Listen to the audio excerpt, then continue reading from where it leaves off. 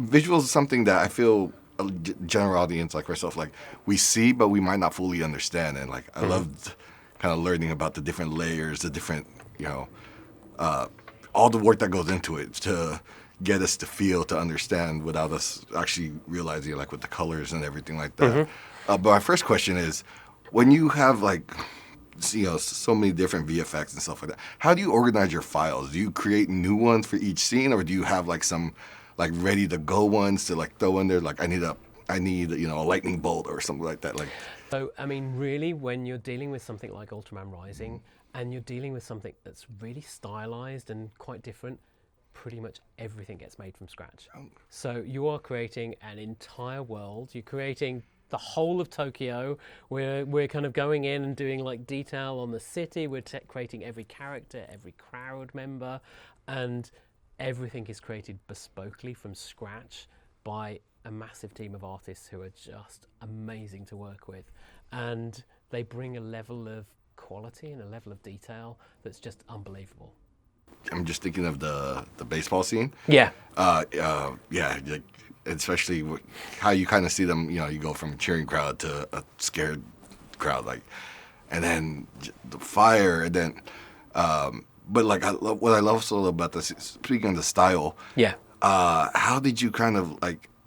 What's the process like of, you know, you have kind of the general style, but then switching into that like manga anime style for those Yeah. like quick seconds? Yeah, I mean, it was something we termed like Otomo moments, and they're named after like Katsushiro Otomo, who made Akira. And we wanted these moments to kind of really evoke an emotion. So it's almost like you don't have to put words onto everything.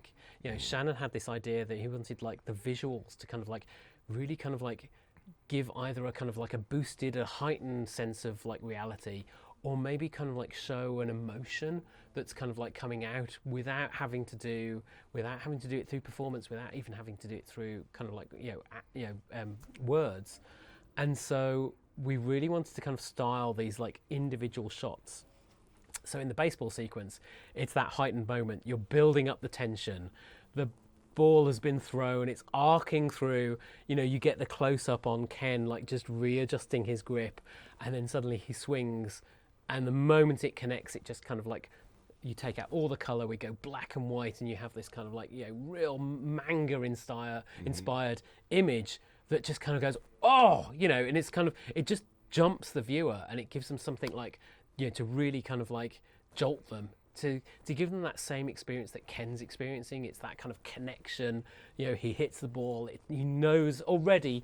He knows it's going to be a home run, and so that really feels like a moment. And it's really great to be able to kind of like play with the style and play with what you can't really do in live action. You can really do in an animated feature and really make the audience feel something, which is great.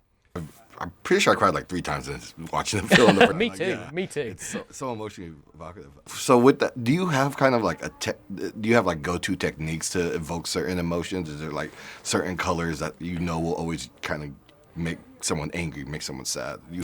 Or is it strictly driven by the story? It's everything we do is driven by story. So at Industrial Light and Magic, we are filmmakers. We want to partner with filmmakers. That's why it's great working with Shannon and John, who've really embraced ILM into the process. And everything visual is servicing the story, and it's about like how we use color, how we build up color. One of the great sequences is the end battle sequence, where you start off quite muted. It starts off kind of very monochromatic, and it's grey skies, and the storm's coming, but it's not quite there yet. So that when the fight starts to happen, it's very, very, very grey. And then as the tension builds and as the stakes get higher and higher and higher, it gets more and more colourful. And then suddenly you're in this kind of rainstorm. You've got like kind of acid green skies with purple lightning, and it's all kicking off. And that just builds and builds, and it gets even brighter to the point where when the final moment happens and the kaijus and the ultras are working together, it's this beautiful kind of like super rainbow colored moment, and it really kind of invokes a real sense of like excitement across that whole kind of back end of the fight sequence. I definitely felt that. That explosion of emotion, basically. One quick final question. For those who don't have, like a high-end TV to get like the full visual experience, what do you recommend for like someone who can only watch it on their phone or on their laptop to get that visual like pop? I would always say watch it on the biggest screen you possibly can. So anything you can do to watch it big is good. What we were really careful about is, even though we were a high dynamic range first show, so actually if you can see it in high dynamic range, that is the most colors, that is the best quality of the color experience that you'll ever get.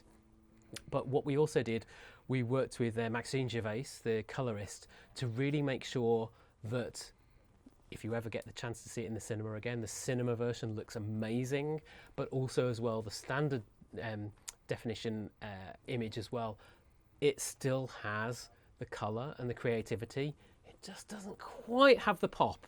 So if you can, go and find a friend with a HDR TV and watch it on that, because that really gives you that kind of graphic style. Awesome. Thank you so much, Hayden. The film's gorgeous, and yeah, I'm going to keep getting more people on. Thank you so much. It's been a real pleasure.